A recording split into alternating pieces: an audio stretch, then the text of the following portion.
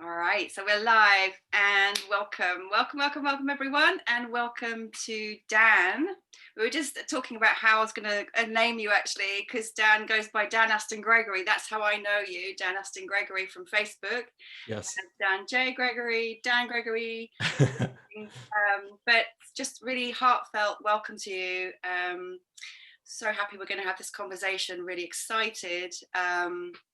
So I know you've got your audience, I've got my audience. They're probably quite different, but I reckon there's going to be an overlap through some of the things we're going to talk about. Absolutely. I came to know you, Dan, through what you're doing at the moment with the Pandemic podcast and all your lives on Facebook, which I've followed, not all of them, but a lot of them. And that's why I reached out to you to have this conversation today. So thank you for being here.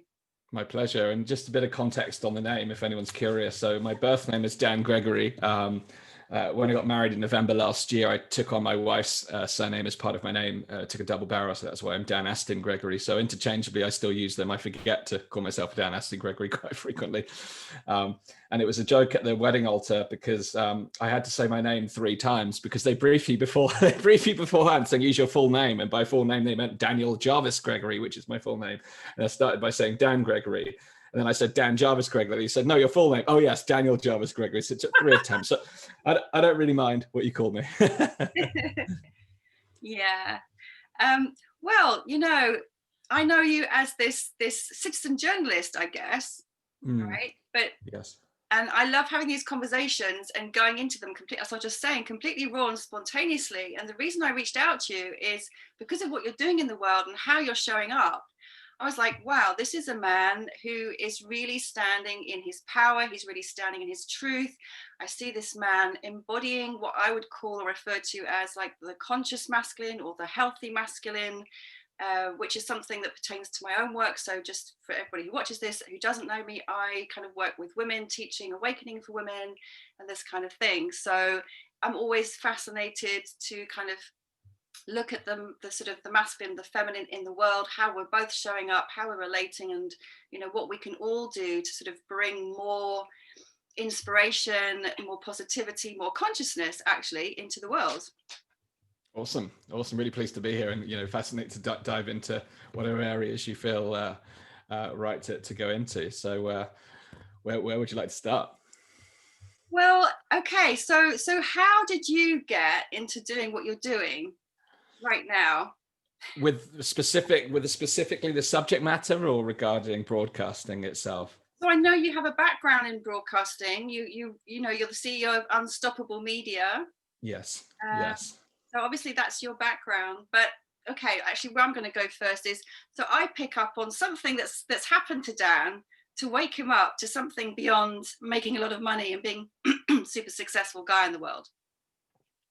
Yeah, so, okay. Well, I'll give you a little whistle-stop tour to give context. So I spent 8 years in corporate working in leadership, and I was really passionate about the work that I did as a leader. People often mistook my passion for the industry and the company I worked for. But actually, my real passion was for the people that I worked for. And I really enjoyed and relished helping people to see and fulfill their own potential. That's what was really inspired me. But I also enjoyed the strategic element of leadership in terms of setting outcomes and learning how to navigate towards those outcomes. So I left in 2012 to start my own entrepreneurial journey, which started with a lot of stress, struggle, and sacrifice. And actually, probably a lot of that stress, struggle, and sacrifice is probably due to the imbalance of masculine and feminine energy, which we might want to dive into later on. But eventually in 2015, I launched a podcast called the Unstoppable Podcast, which was really documenting my own journey through my own inner limitations, my own self-limiting beliefs, my own lack of confidence, my own fears. Because when I grew up, I was the quiet, you wouldn't guess it now watching any of my broadcasts, but I was the quietest kid in school. I would sit on the sidelines. I was deeply shy. I had no self-belief. I had very low self-worth. So the Unstoppable Podcast was really to document me breaking through those limitations and help share with others how they can do the same. So whilst I do have a experience in the world of independent broadcasting, it's it was really a vessel and a vehicle for communicating and supporting others through the journey I'd been through. Wow, that's incredible to hear you describe yourself in that way. Like, obviously, as I've seen you showing up, that's remarkable. Wow. What is it that kind of catalyzed you or spurred you on to go onto that sort of inner journey of personal development? Yeah, well, I was very lucky actually in my corporate career. In terms of my previous education, yeah, I was really lucky with the teachers I had at primary school and secondary school. So I always enjoyed my education, but it didn't at that point spur my desire for further learning. Even though I went to university, it was more of a decision because that was the done thing. And that was what the school promoted to do. And again, I enjoyed my experience at university, but I wasn't as passionate about what I was learning. It wasn't until later in life that I became passionate about self-development. And that was really thanks to a couple of the original leaders that I got to work with in my corporate career who were as enlightened as one can be as a corporate leader. They were very inspired individuals who helped switch me on to the power of self-growth in terms of my own journey into improving my skill set, my mindset, my character. And without those early interventions, I think my path would have been very different.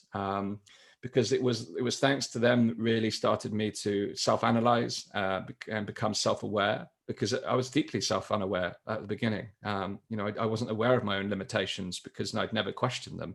I'd never looked in the blind spot in my wing mirror, so to speak.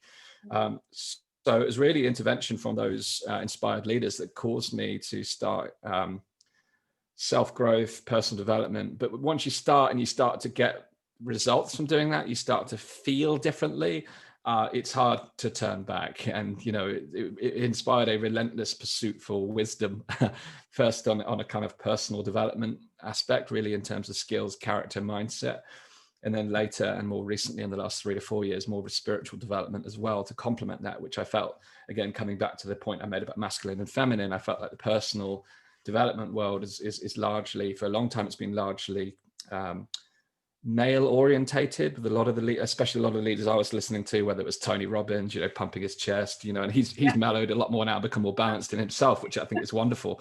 But it led to that kind of striving, forceful, competitive drive, which actually reached a breaking point where I reached another point of change whereby I realized that something had to change, and I had to go through a next period of inner awakening, I suppose. And that's when I kind of opened the more spiritual development path, which opened the door to embracing the feminine energy, which is some way, I wouldn't say created equilibrium, but certainly gave greater balance.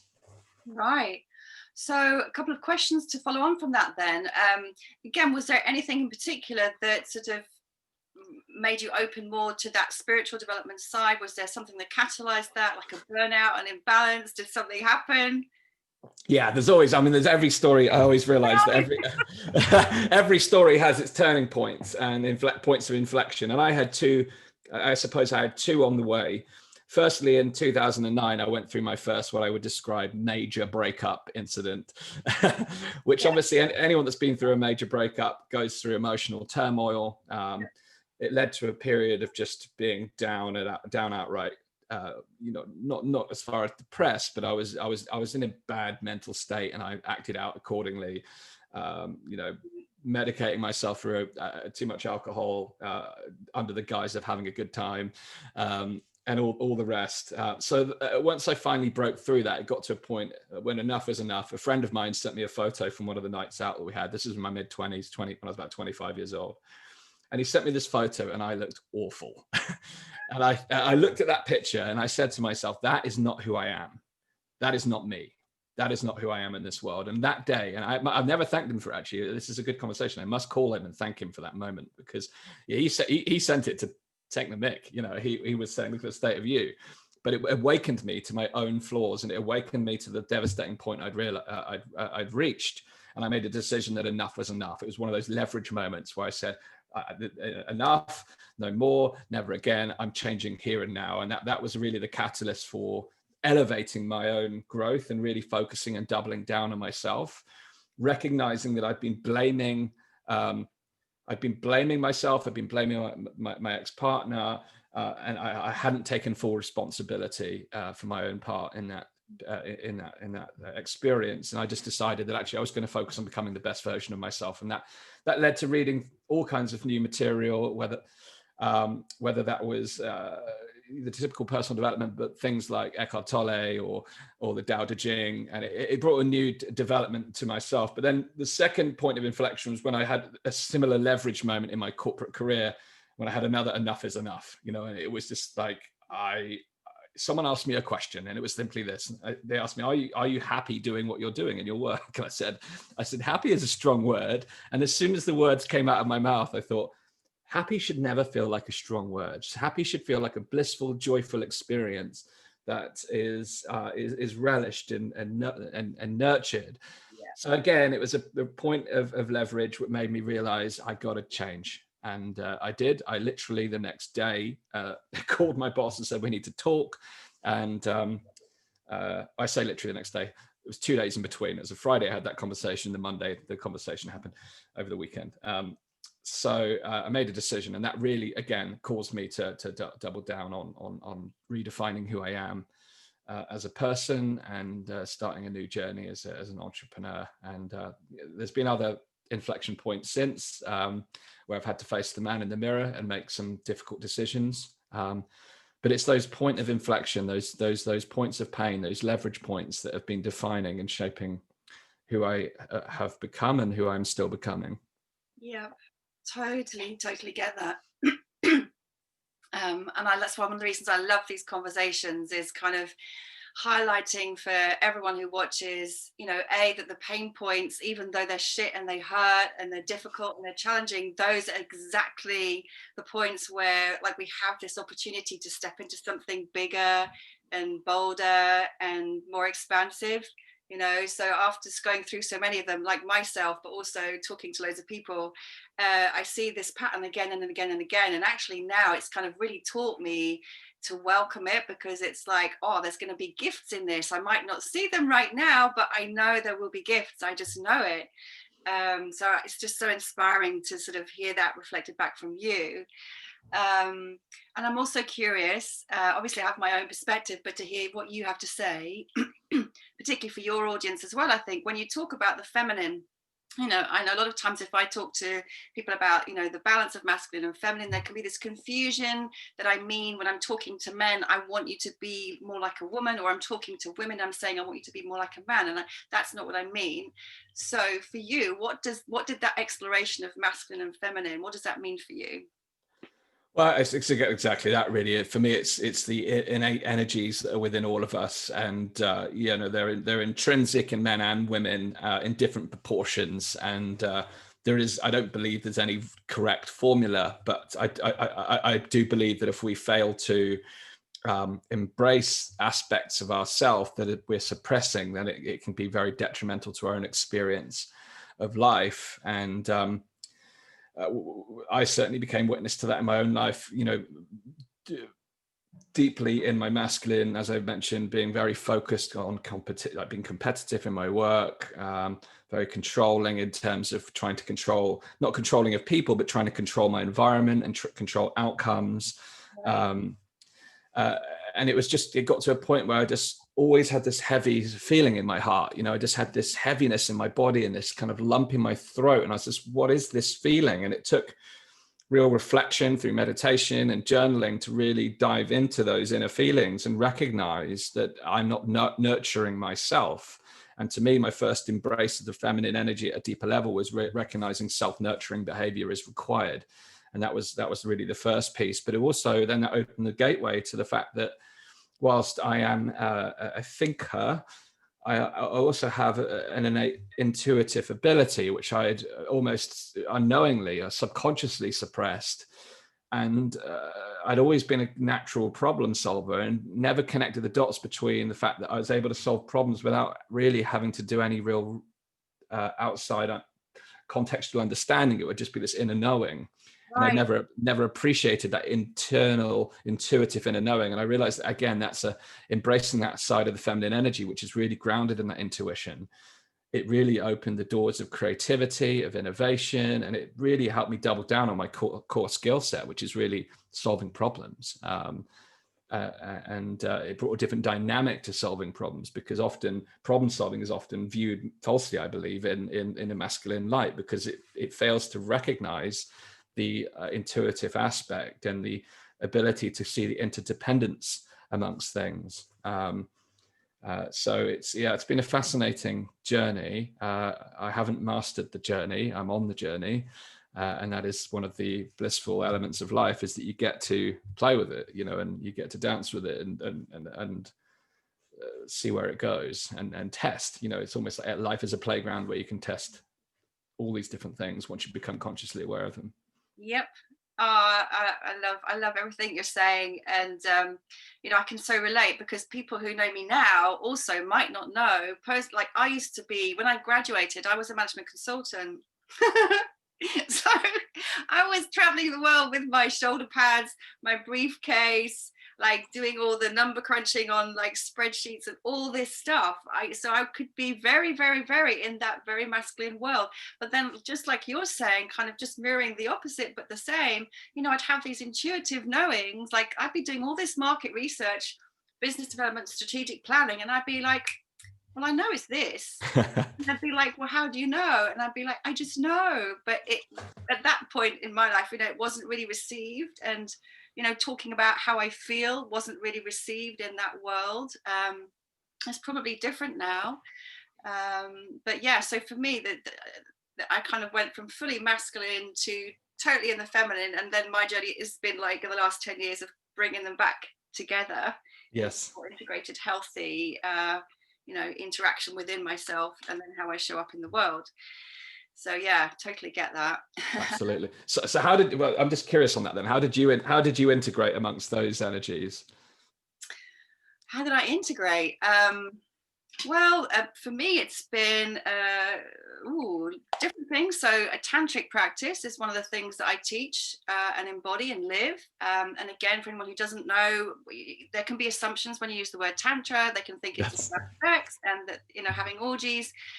That's a tiny part of what it is. It's really a theory, like you were saying, of masculine and feminine as two polar energies that are all of life, and how we live, breathe, and integrate those within ourselves.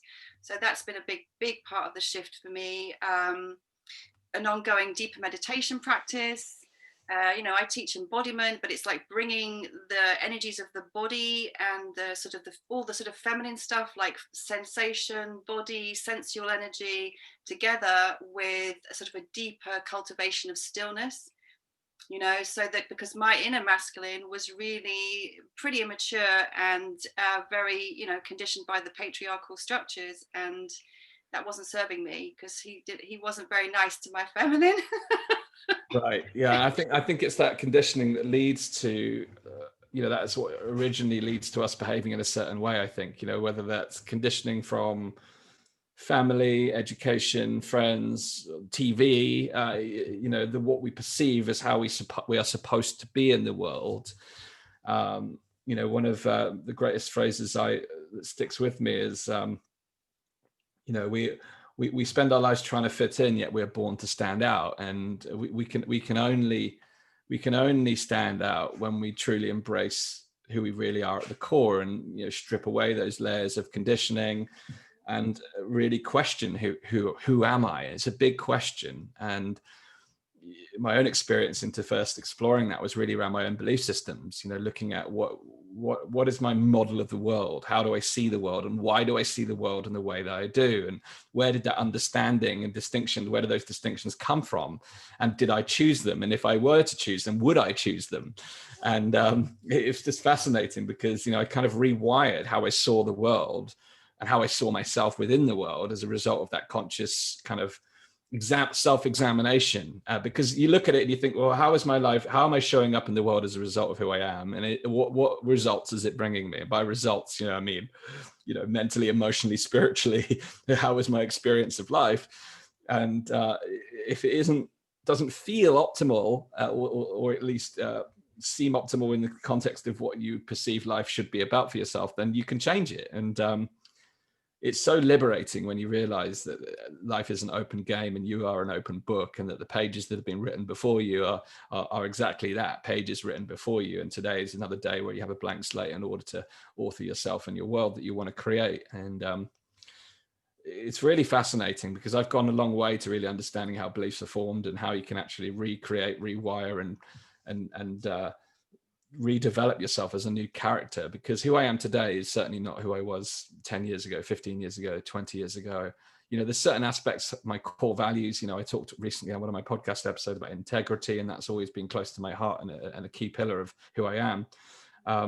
And I live in accordance with those core values. But even my core values, I've critically evaluated and said, what do I really want? What do I really stand for? What's most important to me in life? And how can I live more in accordance with those values? And it's an ever evolving journey, because, when you've got past conditionings around beliefs and values, it's almost like an elastic band. It pulls you back to where you were, and you have to consciously remind yourself that you're redesigning who you are. And it's a process. And it's like, if you want to get a six pack, you can't just do press ups or sit ups once and expect to have lasting change in your body. And the same as your body, mind, and spirit, it requires constant effort. Otherwise it's like your physical body. If you don't treat your body and nurture your body, it will become sluggish, and it will generate excess.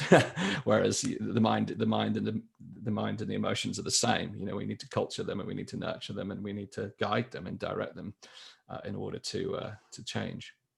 So what are your tools? Like, give us a few tips, like some of the practices that you use every day to anchor yourself, in this expansive awareness, in this integrity, in this sense of, really, really grounded in who you truly are.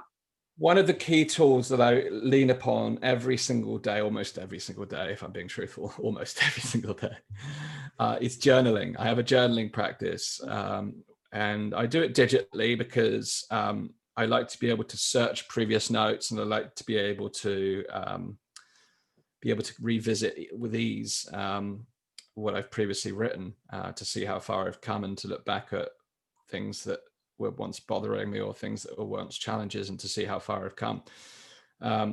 And my handwriting isn't good enough for me to do that in a physical form, as much as I'd like to sit there with a beautiful kind of leatherback book or something. So I every single day I at my Evernote, and it goes back now probably at least 8 years. I'd have to look to check, but where I've had a daily practice, and that's taken various different forms, from guided questions. For example, if I am looking to have more purpose, one of the guiding questions could be, how could I have even more purpose in my life? Or how could I live even more closely in accordance with my purpose today? And I use deliberately even more so to presuppose that I am already living somewhat towards my purpose, rather than starting from a blank slate. So I use guided questions to help direct my focus. And if there's an area or a negative emotion, for example, or a negative or a limiting belief, I'll examine it in my journal and ask, what is this? Where did it come from? Why am I experiencing this? What is it trying to tell me? What would I prefer to experience, and what can I do right now to change it sustainably? So I use lots of different self-questioning techniques, self-inquiry, but I also do a lot of kind of stream of consciousness, literally what's within me right now, what's within my mind, body, and spirit that I'm not aware of, or I would just allow myself to write. And that journaling process has really been the greatest tool of self-evaluation and self-development. And it's been the most profound in terms of creating gradual change, because I do believe change is gradual. We kind of want leaps, quantum leap change, which can occur, but it takes time. Yeah. Meditation has been a great tool of being grounded and connecting, particularly with my sense, my connectedness to the world, my sense of being part of a wider ecosystem, and humbling me to the point where I just realized I'm a collection of vibrating pieces of energy, and it just helps dissipate the ego. And then coaching, seminar, I go to a lot of seminars, or I did go to a lot of seminars, but actively investing in reading coaches and people that can help me. I had a fascinating conversation yesterday with my business mentor coach. Just helps me look into the blind spots, helps me see what I'm not seeing. and I can then course correct. There's so many different tools, but journaling is the one that I've used most consistently, with most consistent result. So yeah, it's been a great experience to be able to share that with others as well.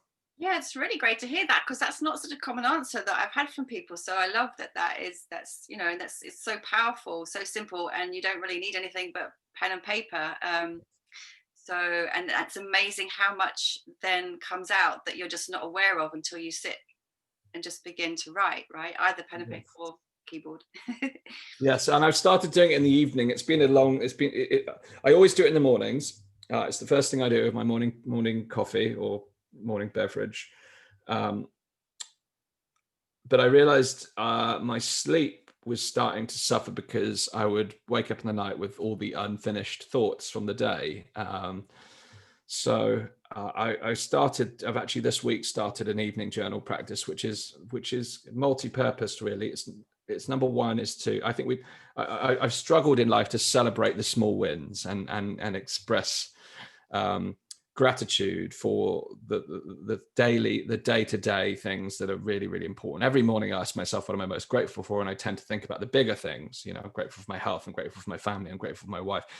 But in the evening I try and think about, actually I was really grateful for that beautiful meal I had this evening, or that moment where I witnessed this bird flying across the trees, and it was just this beautiful moment. I try and get the more minuscule things that are really, really powerful, but I also celebrate the small wins. I question how could I have done things differently today, but then I also have a stream of consciousness where I ask myself, what is on my mind, and what is consciously or unconsciously likely to keep me awake tonight, and just write until it's gone, because the idea is, as Bruce Lee would call it, is to have mind like water, so that you can sleep easy. And it's early days, but it's a new practice that I've started implementing this week. I love that one. I want to ask you, Dan, if you've done specifically any men's work, like men's groups or anything like that. I haven't been part of any specific men's groups, but I do have some good friends that are facilitators of men's work. Whether that's Miles Grant, who does some amazing work with men, whether it's Preston Smiles, who's done some amazing stuff with men. There's a whole group of people that I'm connected with that specifically focus on men's inner work. And within the communities I've built over the years, whether it's through my friendships, associations, or business associations or clients, we've had some fascinating kind of mastermind groups where we've had all men groups where we've had the space to unpack not just our kind of business challenges, but also our personal and kind of spiritual challenges, I suppose, which it becomes an informal working group of men. And for a long time, actually, I've been on a real journey, and there's a lot of things that I'd like to share specifically with men, because I think men are going through a transitionary phase. And there's a lot of men having challenges with that transitionary phase, which shows up in the mental health statistics, it shows up in the suicide statistics. And I think male empowerment is a important subject right now, because there's a lot of men that are suffering, and it's magnified. And that's not to say that women aren't, and everyone else in between, but specifically talking about men, there's a real challenge at the moment. And this sort of situation can magnify that. You're talking about the pandemic? Yes, the pandemic. It has a mental health impact on a lot of people in a lot of ways. So whatever pre-existing challenges that people were going through mentally, whether they're aware of it or not, I think it can be magnified. Absolutely. Is there a little bit more you could say about, that you were saying that the men are in this transition stage at the moment anyway, that this is what you perceive, and what the challenges of that are? Like, what's your perspective on that? I'd be really, really curious and interested to hear that. Yeah, so I think, as the world is quite rightly changing in terms of moving towards at least greater equality, gender equality, which is a really positive movement. What I think it's done for a lot of people from their kind of traditional upbringing it's left people questioning their own place and their own role in society, because, you know, again, coming back to conditioning, they've been brought up to understand that they have a certain purpose and a certain role. And, you know, the ways that they would traditionally fulfill those roles and purposes is changing. And for a lot of people, that's caused inner struggle, because they've yet to redefine who they are and what their purpose is. Because historically, you know, rightly or wrongly, men have been able to have their purpose almost defined for them. Whereas now, in the world we live in, they need to start with a blank book and be the masters of their own fate and define what it means to be a man for themselves, and define their own purpose for themselves. So I think a lot of the societal changes has brought challenges, which a lot of people haven't had the tools or conscious awareness to actually first understand in order to be able to navigate and determine for themselves what the outcomes are. I think a lot of men are feeling conflicted as a result, in a conflict. You know, they're struggling to understand their place in the world. And I know, you know, you could look and go, okay, poor them. We've had that for you know, women could say that that's been like a lifetime of pain. But the reality is, I don't see an us and them. I don't see a male and female. I just see an us. Yeah. And you know, some of us are men and some of us are women, and you know, we are one humankind. And I think what I would like to see going forward is a collective process where we help each other, you know, men and women alike, to find their purpose and their place, and help people to define for themselves what it means to be a man or a woman or whatever else. So it's an interesting subject, you know. It's an interesting subject, but I am concerned by seeing the statistics around mental health and suicide, and you know, I'd like to unpack it and see what we can do to support, because it's sad. It's very sad. It is. Yeah, it's still not really acknowledged fully. I know there's been a lot of work in recent years to draw awareness to it, but still, you know, it's well, it just speaks to everything in terms of that imbalance of masculine and feminine, and like you were saying, the conditioning, the values, the expectations, the pressure of that, and how it's so destructive. You know, I was speaking to someone yesterday, I was being interviewed, and I do use the word patriarchy, and I have, you know, but I know it can be quite loaded for people. And when I use it, I'm referring to a narrative or a structure or a system that has been detrimental equally to men and women. I am not using it as a word to throw blame on men.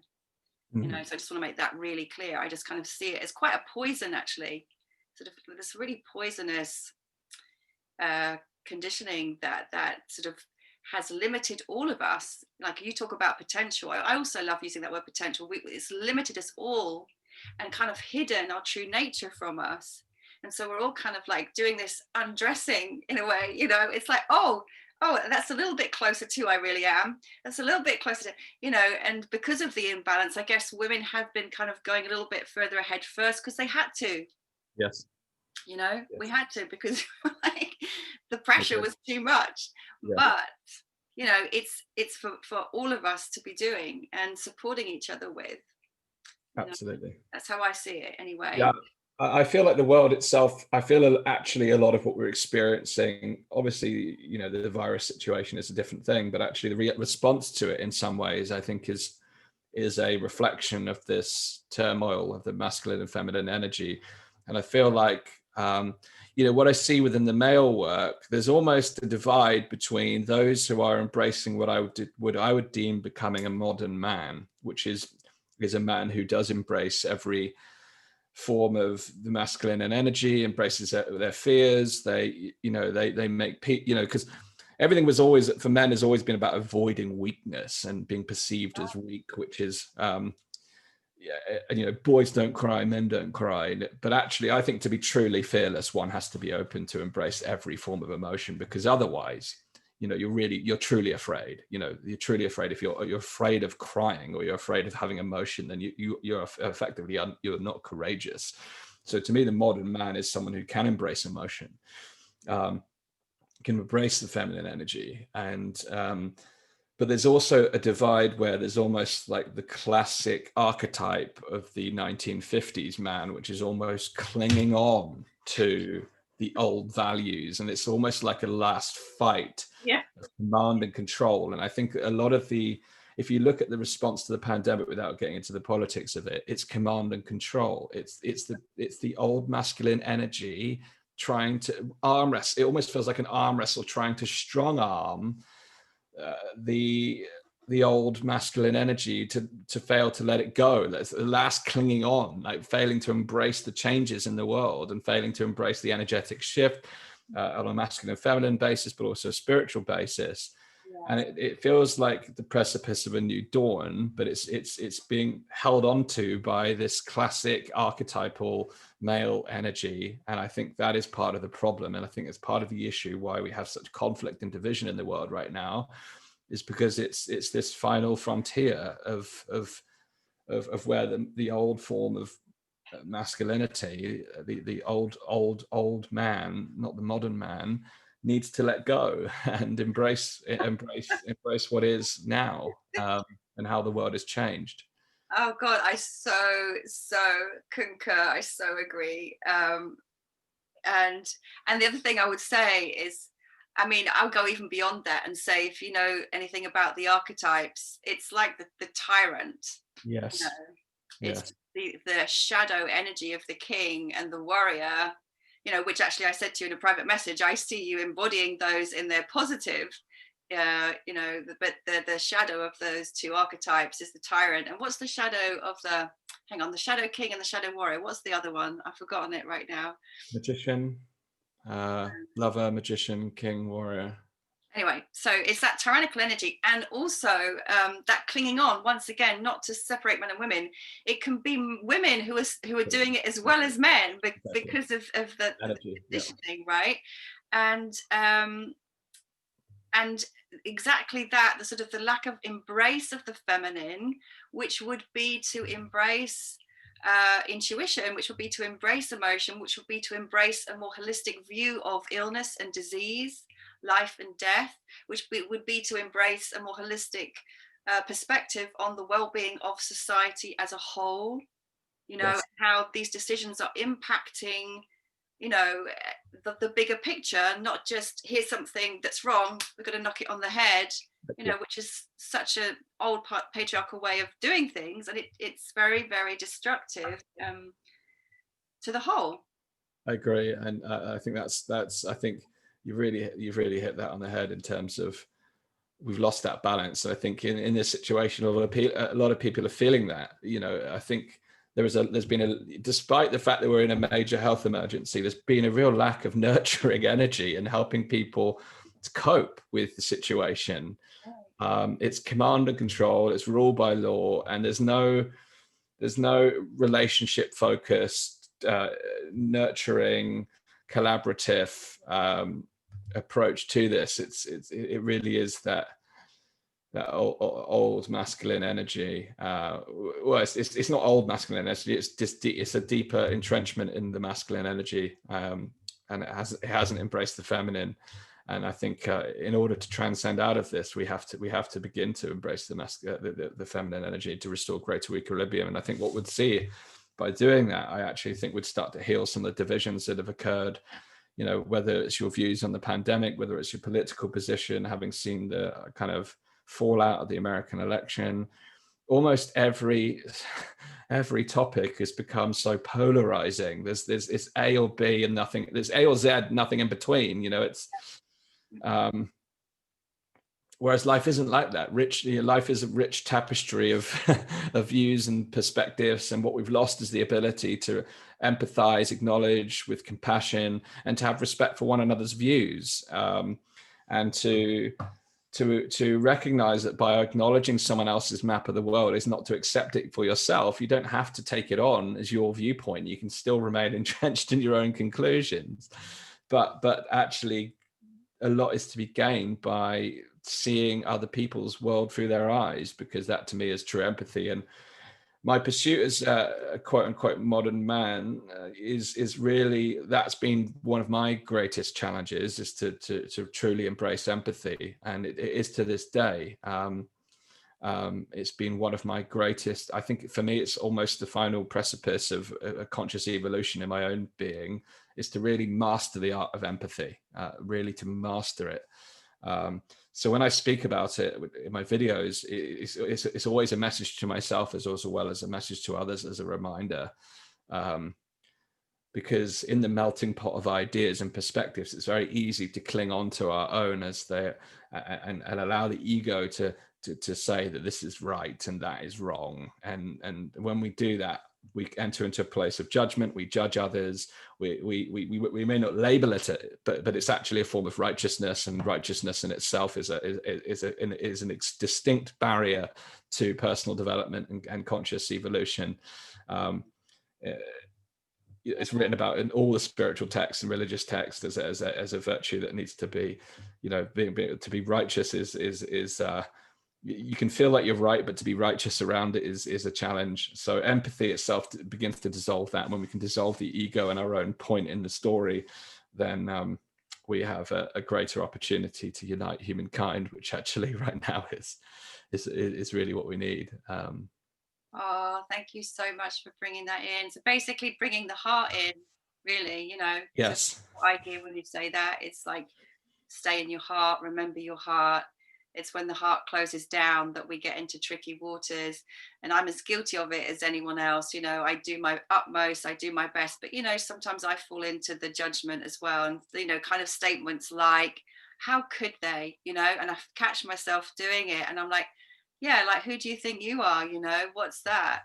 But I've done it as well. And it's really, it doesn't, that kind of energy or approach doesn't solve anything. It might make me feel superior for a minute, oh goody, I'm superior for a minute and I feel good about myself, but it's not, it's not going to resolve the situation in any way. Whereas I found when I listen, and sometimes I can feel my heart racing a little bit more, or I can feel myself feeling a little bit defensive, but if I keep my heart open and I listen and the other person feels received by me, we can get along fine, even if we have different points of view. And it's actually really interesting to have an exchange in that way, because as you say, then there's compassion and understanding and an expansion of perspective as well, because like, we can't possibly know everything.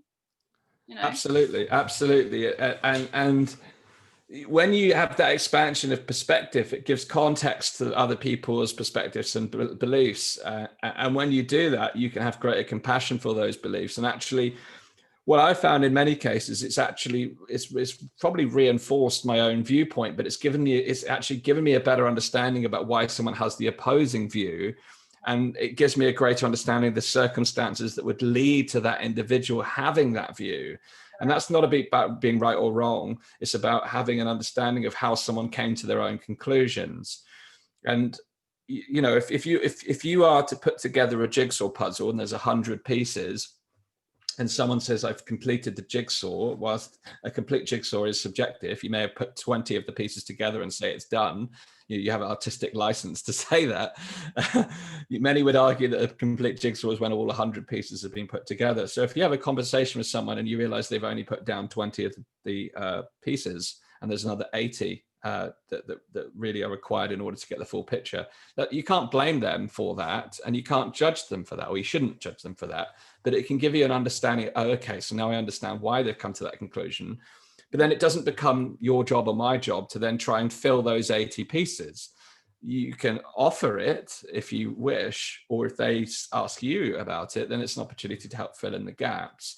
But even then, it's subjective, because life isn't a jigsaw puzzle. It doesn't have a finite amount of pieces. It has an infinite amount of pieces. So even that analogy is flawed, in the sense that life is a much grander puzzle than a jigsaw that has X amount of pieces.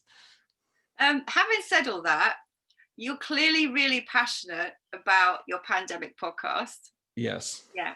So my question to you about that is, where does that, what is the underlying passion that you feel, because it's so evident behind that? Can you speak to that. What is that? Where's that passion coming from? What's it about? It comes to core values, really. And I've mentioned integrity. One of the things from my own upbringing that I've really embraced and appreciate is a desire to be a good person, whatever you describe that to be. And one of the core tenets of that to me is integrity and truth. Now, truth in some ways is subjective, but in science, there are certain protocols and principles that have known truths, but they're always being evaluated, and science does change. But there was a mismatch that I saw between the perception that was being created around the situation and the underlying reality, and that perception gap began to grow and grow and grow. And I've repeatedly compared the pandemic to like the dot-com bubble of the 90s, where stock prices of the tech companies were overinflated based upon hype and hysteria in the marketplace. And the actual underlying value of the companies became so far divorced from the actual perception of the value that the gap became insurmountable, and eventually the market collapsed because the bubble burst, as they say. And I feel like we're in a very similar situation with the pandemic. And, just like using the tech analogy, those companies, many of them did have value, and many of them were high value companies. So by saying the pandemic is overinflated, it doesn't mean that I'm saying that there isn't challenges, there isn't pain, there isn't trauma, there isn't a reality to the situation. I'm not someone who denies. There's plenty of people in denial. I'm not in denial. There is a deeply traumatic situation that we are facing. But I am also simultaneously able to see that overinflation of the perception that's been created through fear and manipulation of fear in order to project a perception of the situation that is becoming devoid of its underlying basis. And to me, it reached a point of leverage where my value of integrity felt compromised. And we talked earlier on about personal moments of leverage where I went on to create change in my own life. This was really an external point of leverage. It was a societal point of leverage where I reached a point in August where it was like, enough is enough. Enough is enough. When I started seeing children being separated in the playground, when I started seeing them literally being put in boxes to avoid each other, my heart broke. I don't have children. My wife and I are planning to start a family. And I thought, this is, it tears me up thinking about it. This is not a world I want my kids to grow up in, because it's not a reflection. It's not grounded in science. Now, if there was a risk to those children and their lives were in danger, believe me, I would be the first to stand in line saying, we've got to do this. And my podcast would take a very different tone. But that's not the situation we find ourselves in. And when we do, I will be that guy standing at the front saying, we need to protect these children. But there's been certain things that have occurred this year that are so devoid from the reality that I couldn't stand on the sidelines anymore. My internal dial of integrity was triggered. And I feel like it's not an opportunity, but a responsibility to help minimize that gap between the perception and the reality. Thank you for doing that. Like, really. That's my pleasure. I don't know what called me to step up and do it, but it was just an inner knowing. It's like it was a moment in time. The spiritual work has taken me. I feel like all the development I've gone through, personal development, spiritual growth, challenges, frustrations, growth points, spiritual evolution led me to this point to do exactly what I'm doing now. I was walking in the street, the sun was shining upon me, and there was this like internal voice that said, you must now step up and lead. This is you. If you don't, because I felt like I've been guided through my life, and I've been given these opportunities. I've been put in places where it's almost life is showing me this is what you need to do now. And every time I've failed to take the opportunity. I haven't had the courage. To do it. Whereas this time it felt like there was this internal message that just said, if you don't do this now, then you're done. There's no more chances for you. This is it. You've got to do it now. If you can't step up now, this is it. You're done. and it was like a warning. There's an intuitive warning that said, if you don't do this, you will never, you know, any other pursuit that you've ever had, it's gone. And with that message that was internally received, I felt like an internal warning saying, you will face challenges. You will face challenges. There will be tough times. But it was a positive warning to say, this is going to shape you. This is going to give you everything you need. Those challenges that you face on the way are there for you. They are there as another growth opportunity. They are there to shape you as the leader that you are here to become.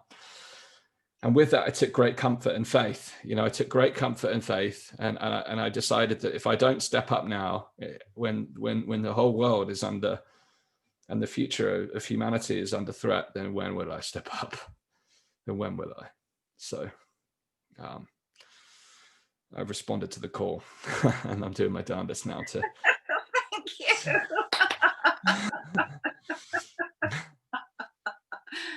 Thank you from the universe.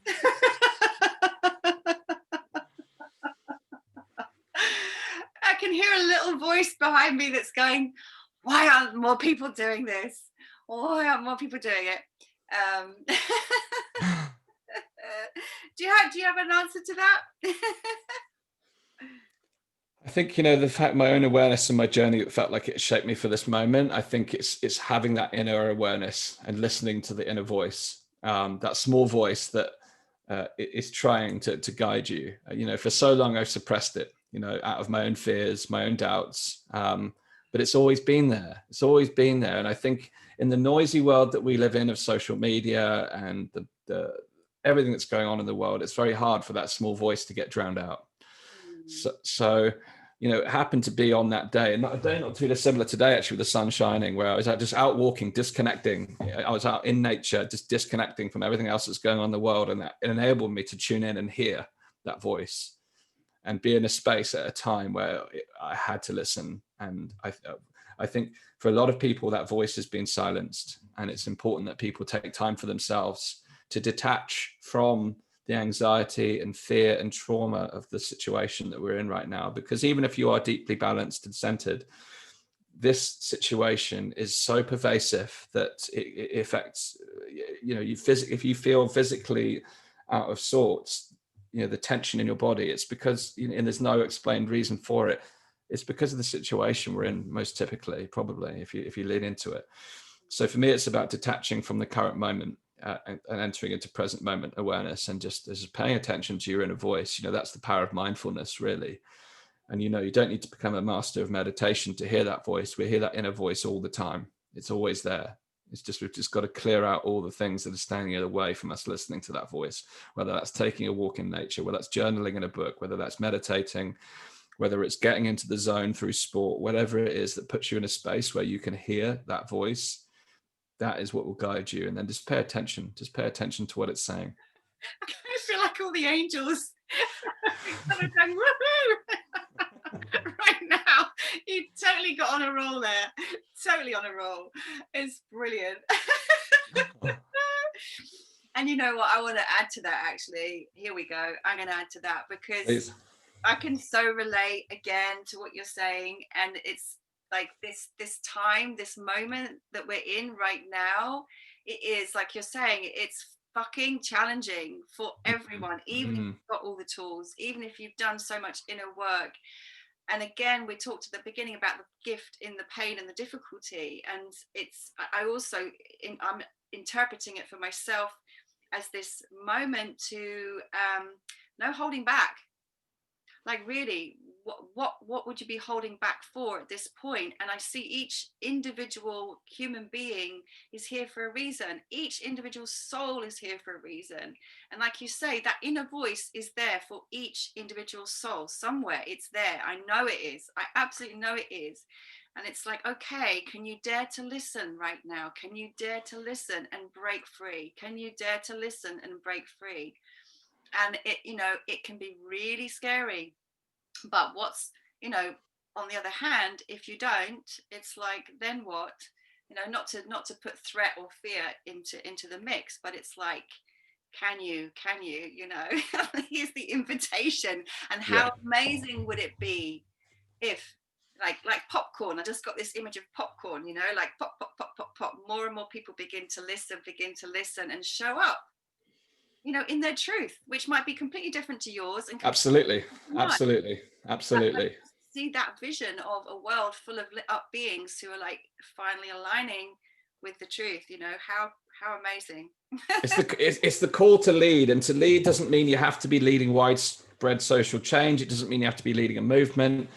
It simply means to lead oneself, and that call to lead is there all the time. It was there so many times to me in the past, but I feared it. I kept saying, I'm not ready, I'm not enough. And there's all the internal voice was saying, and I never felt ready. But there's been countless times in my life where I haven't felt ready. When I've eventually jumped in, taken the action required, it's showed me that actually when you trust in yourself and a power greater than you, then there's everything you need is within you now. And it's trusting in that. When you get that call, and maybe, well, if the voice is saying I'm not ready, it's like, well, if not when, now, you know, just make the choice right now and trust, and you'll be guided and you'll be supported. And there's people, the moment you take an action or make a decision, providence prevails and it goes with you. You know, it's life will show up for you when you make that decision. And it's just like, you know, I remember doing a bungee jump. I had a fear of heights, and someone bought it. My wife bought it for me. My future wife, she's my wife now, bought it for me for my birthday. And I just thought, oh God, that's probably the worst birthday present ever. But I absolutely loved it. You know, it helped me conquer my fear. You know, I rocked up, but again, just small things. You know, one of my favorite songs was playing as I entered the car park. In fact, in the car, before I even got to the car park, one of my favorite songs was playing. Then a different song was playing as I arrived. I was like, this is a sign. And I got up there and I stood on the edge, and was the best piece of advice I've ever had. The guy at the top of the bungee jump said, disengage your brain and step forward. And that was it. That's one phrase, powerful. Disengage your brain and step forward. And I did, and I just fell off this thing, went, and it was just a blissful rush of amazing sensation. And I bounced up, and I was just like, yes. And I got to the bottom, I was like, can I do the bigger one now? But that's what happens when you disengage your brain and trust the process, and you take a step forward. You know, that's it. It's one step. It was one step that I had to take in order to conquer a giant fear. One step. One small step. Disengage the brain, listen to the voice, and take that step. I love it. You know, I had written down on my notes here, what's your parting message? I think you just gave it. Well, I think that would be it. You know, that is it for now. You know, that's right now. You know, listen to the inner voice, disengage the brain, that's the part of you that's saying, I'm not enough, I'm not ready, and take that first step. That's it. That's the message. That is it. That's it. Yeah. And the rest will follow. Yeah. So Dan, oh gosh, you are amazing. You're such an inspiration. I am so grateful to you for this sharing, for this showing up, for all that you're doing in the world. Thank you. I feel like I want to say thank you on behalf of millions of people, literally around the world. And you know, how can people connect with you if they don't already know about you and what you're doing? I would say very simply go to danjgregory.com. If you want to see some of the live videos we've talked about, you can find me on Facebook, Dan Astin-Gregory. It's all under my personal profile at the minute, but it's all going to be on YouTube. All my content will be on YouTube, Spotify, Apple, etc. in the next coming weeks.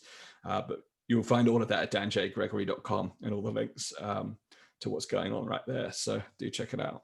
Isn't there something new that you're launching as well? So I'm launching a campaign called Make Lockdowns History, which gives away my specific view on the situation. Now, the purpose of that campaign is really to challenge the incumbents' approach around what we're doing, because the collateral damage is so severe across our health, our economy, our livelihoods.